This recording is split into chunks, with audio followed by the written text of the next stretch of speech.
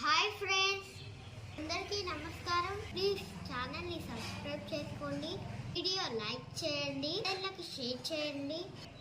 Thank you. అన్నదాత ఆనందం కంటే వేరే ఏది ఆనందం.